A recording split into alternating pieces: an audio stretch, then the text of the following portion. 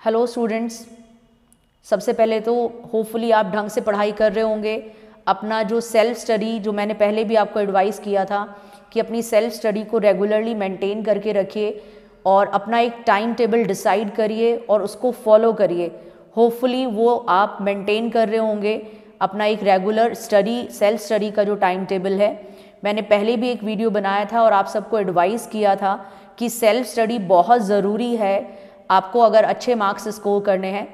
लेकिन इस वीडियो में मैं आपको सेल्फ स्टडी तो बहुत इम्पॉर्टेंट है, इसलिए मैंने आपको स्टार्टिंग वहीं से किया है।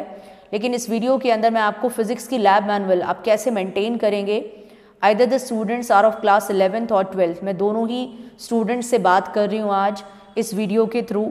तो लैब मैनुअल को आप कैसे मेंटेन करेंगे, कौन सी चीज़ आपको लिखनी होती है, जो अपना प्रैक्टिकल रिकॉर्ड आपको मेंटेन करना होता है, और क्या आपको एक्सपेरिमेंट के अंदर जब आप लिखते हैं नहीं लिखना होता है।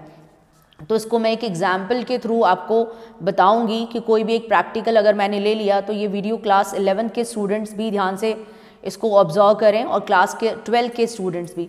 कोई भी प्रैक्टिकल होता है, सबसे पहले एम जो होता है प्रैक्टिकल का, सपोज एक प्रैक्टिकल मैं लेके बता देती हूँ। ये फिज़िक्स की लैब मैनुअल है, ठीक है। तो सबसे पहले इसके अंदर जो प्रैक्टिकल्स हैं वो रिटन फॉर्म में कुछ यहाँ पर गिवन होते हैं। उसमें से जो एम होता है प्रैक्टिकल का, सबसे पहले कोई भी एक्सपेरिमेंट आप ओपन करेंगे, जब अपनी लैब मैनुअल आप परचेज करके उसको ओपन करेंगे, उसमें एम लिखा रहता है। तो एम आपको सबसे पहले लिखना होगा। देन एपरेटस रिक्वायर्ड, जो भी एपरेटस रिक्वायर्ड रहता है या मटेरियल रिक्वायर्ड, वो हमें लिखना होता है। सो सबसे पहले एम वो लिखा जाता है, मटेरियल रिक्वायर्ड लिखा जाता है। उसके बाद में थ्योरी होती है, थ्योरी हमें कंप्लीट लिखनी होती है। देन उसके बाद में सर्किट डायग्राम, प्रोसीजर नहीं लिखना होता है। किसी भी एक्सपेरिमेंट के अंदर जो प्रोसीजर होता है वो परफॉर्म करना होता है। Procedure is not to be written, यानी कि जो प्रोसीजर है उसको हम लिखते नहीं हैं, वो तो हम एक्सपेरिमेंट को परफॉर्म करेंगे ना। प्रोसीजर का मतलब बताया हुआ है उसके अंदर कि भाई किस तरीके से परफॉर्म करना है, वो आपको लिखना नहीं है। तो जो प्रोसीजर होता है वो नहीं लिखा जाता है किसी भी एक्सपेरिमेंट के अंदर। देन जो सर्किट डायग्राम है, जो भी सर्किट डायग्राम है, ये काफ़ी इंपॉर्टेंट होते हैं। और ये सर्किट डायग्राम एग्जामिनर भी आपसे पूछ लेता है पेपर पे, जब वाइवा के लिए बुलाता है शीट पर। तो शीट पे तो बच्चा कई बार होता है कि उसको कई बार चीट करके लिख लेते हैं, किसी और की कॉपी में से लिख लेते हैं। तो ये जो सर्किट डायग्राम होता है ये सबसे मेन चीज़ होती है। सर्किट डायग्राम जो है ये आपको बहुत अच्छी तरह से आना चाहिए। और ये आप कहाँ पर बनाते हैं, जब भी आप एक्सपेरिमेंट को लिखेंगे, ठीक है। ये तो फ्रंट साइड है और इसके बैक साइड में जहाँ पेजेस होते हैं, जहाँ पर हमें लिखना होता है, सपोज करो यहाँ इसकी बात करते हैं। ये मैंने प्रीवियस ईयर का एक लैब मैनुअल लिया हुआ है समझाने के लिए। ये प्लेन पेपर है, ठीक है। और यहाँ पर ये हम लाइनिंग वाले पेजेस हैं।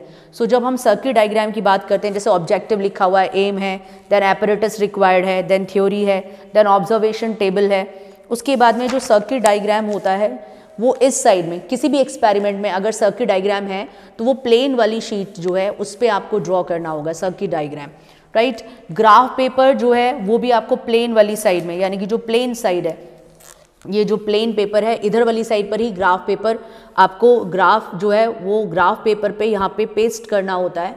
दूसरी चीज़, एक और मेन चीज़, जब भी कोई ग्राफ आप किसी भी एक्सपेरिमेंट में लगाते हैं लैब मैनुअल के अंदर, तो उसमें मेन चीज़ होती है उसका स्केल ड्रॉ करना। स्केल ड्रॉ करना, बच्चे ग्राफ बना देते हैं, ग्राफ पेपर पेस्ट कर देते हैं, लेकिन मेन चीज़ है उसका स्केल नहीं लिखते हैं। अब आप कहेंगे स्केल क्या चीज़ है ये।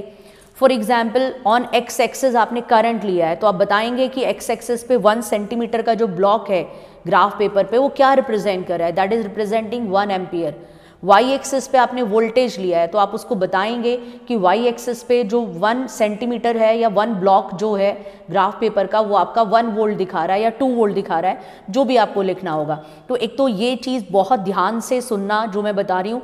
कभी भी ग्राफ पेपर आप एग्ज़ाम में जब परफॉर्म करेंगे, प्रैक्टिकल के जो एक्सपेरिमेंट्स होंगे वो परफॉर्म करेंगे, वहाँ भी जब ग्राफ आप पेस्ट करते हैं, बोर्ड की जो शीट आती है उसके अंदर भी, तो वहाँ पर स्केल कंपलसरी होता है। ग्राफ पेपर पे स्केल अगर आप मेंशन नहीं करोगे तो नंबर कट जाएंगे उस चीज़ के। उसको लिखना है कि एक्स एक्सिस पे 1 ब्लॉक और 1 सेंटीमीटर रिप्रेजेंट्स व्हाट, क्या दिखा रहा है। अगर एंगल ऑफ इंसिडेंस दिखा रहा है तो 1 block equals to how much, कितना दिखा रहा है। वाई एक्सिस पे क्या दिखा रहा है। तो ग्राफ प्लेन पेपर पे, प्लेन वाली साइड पे लगाया जाएगा, ग्राफ पेपर ग्राफ पे बनेगा, पूरा पेपर लेना पड़ेगा उसको, सॉरी बेटे, जो ग्राफ है वो ग्राफ पेपर पे बनाना होगा, उस पर स्केल ज़रूर मेंशन करना होगा, एक्स एक्सिस पे क्या लिया है आपने और वन ब्लॉक क्या दिखा रहा है, वाई एक्सिस पे कौन सी फिजिकल क्वांटिटी ली है और वो क्या दिखा रहा है आपको, कितना रिप्रेजेंट कर रहा है, राइट, ये चीज़। दूसरा, रिजल्ट पे बहुत ध्यान देना है। कई बच्चे क्या होता है वो जल्दबाजी में पूरा एक्सपेरिमेंट लिख देंगे, एम आ गया, एपरेटस आ गया, थ्योरी आ गया, सर्किट डायग्राम भी आ गया, ऑब्जर्वेशंस हो गई, कैलकुलेशंस हो गई, देन उसके बाद में रिजल्ट गायब है उनका। तो जो मेन चीज़ है वो तो यही देखना है ना, रिजल्ट क्या निकाला है। कोई भी एक्सपेरिमेंट किया है आपने तो उसका कुछ रिजल्ट आया होगा ना, कुछ फाइंड किया होगा आपने। फॉर एग्जाम्पल, अगर रेजिस्टेंस पर centimetre of a metallic wire निकाला है तो पर सेंटीमीटर बताइए कितना आया है, तो वो रिजल्ट लिखोगे।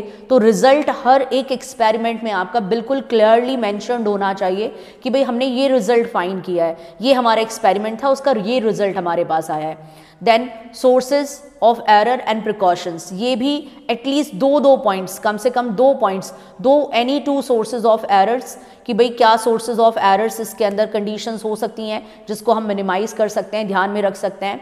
और 2 प्रिकॉशंस हमें क्या लेनी है एक्सपेरिमेंट को करते वक्त, वो हम क्या परफॉर्म कर रहे हैं उसके अकॉर्डिंग होता है। तो ये चीज़ें थी जो मुझे बतानी थी। एक तो प्रोसीजर नहीं लिखना होता है, सर्किट डायग्राम को प्लेन पेपर पे बनाना है, ग्राफ को प्लेन पेपर पे बनाना है, ग्राफ के अंदर स्केल ज़रूर स्पेसिफाई करना है, ऑन एक्स एक्सिस क्या है, ऑन वाई एक्सिस क्या है, कितना अमाउंट है। और दूसरी चीज़ मैंने एक और बताई, रिजल्ट, जो भी एक्सपेरिमेंट है उसमें आपका रिजल्ट क्या है। होपफुली इस वीडियो से आपको ये ज़रूर पता चलेगा कि जब हम लिखते हैं एक्सपेरिमेंट को तो वो किस तरीके से लिखा जाता है। ऐसे ही सिमिलरली एक वीडियो मैं आपसे बहुत जल्दी ही शेयर करने वाली हूँ जिसके अंदर मैं पर्टिकुलरली ये चीज़ बताऊँगी आपको कि जब आप बोर्ड के अंदर आंसर्स लिखते हैं, उससे पहले मैं मार्किंग स्कीम थोड़ा सा शेयर करूंगी कि मार्किंग स्कीम बोर्ड की किस तरीके से जो मार्क्स हैं वो अलॉट किए जाते हैं। तो कनेक्टेड रहिए चैनल के साथ में, आपको सारे जो मार्किंग और स्कोरिंग टिप्स हैं कि किस तरह से मार्क्स स्कोर कर सकते हैं वो आपको मैं रेगुलरली देती रहूँगी। एक और चीज़ जो मैं वीडियो की बात कर रही थी कि भाई जो बोर्ड की शीट आती है उसको कैसे फिलअप करते हैं, वहाँ मिस्टेक करते हैं बच्चे, किस तरह से फिलअप की जाती है शीट उसके अंदर, ठीक है, एंट्रीज कैसे की जाती हैं ये, और आपको लिखना कैसे है। मतलब एक राइटिंग एक ऐसी चीज़ होती है, सिर्फ राइटिंग, हैंड राइटिंग नहीं, the way you are writing the answers, किस तरीके से आप लिख रहे हो वो भी बहुत रोल प्ले करता है। तो ये भी ध्यान रखना है और इसके लिए भी मैं एक सेपरेट वीडियो बनाऊंगी और बहुत जल्दी आपके साथ शेयर करूंगी। और क्वेश्चन पेपर को किस तरीके से आपको किस सीक्वेंस में अटेम्प्ट करना चाहिए इसको लेकर, राइट। होपफुली ये वाला वीडियो आपके लिए इन्फॉर्मेटिव होगा कि आपको प्रैक्टिकल लैब मैनुअल में प्रैक्टिकल्स कैसे लिखने हैं, क्या चीज़ लिखनी है, क्या चीज़ नहीं लिखनी है। एंड अगर आपको वीडियो पसंद आया है बेटे तो प्लीज़ इस वीडियो को लाइक ज़रूर करें एंड ऑल्सो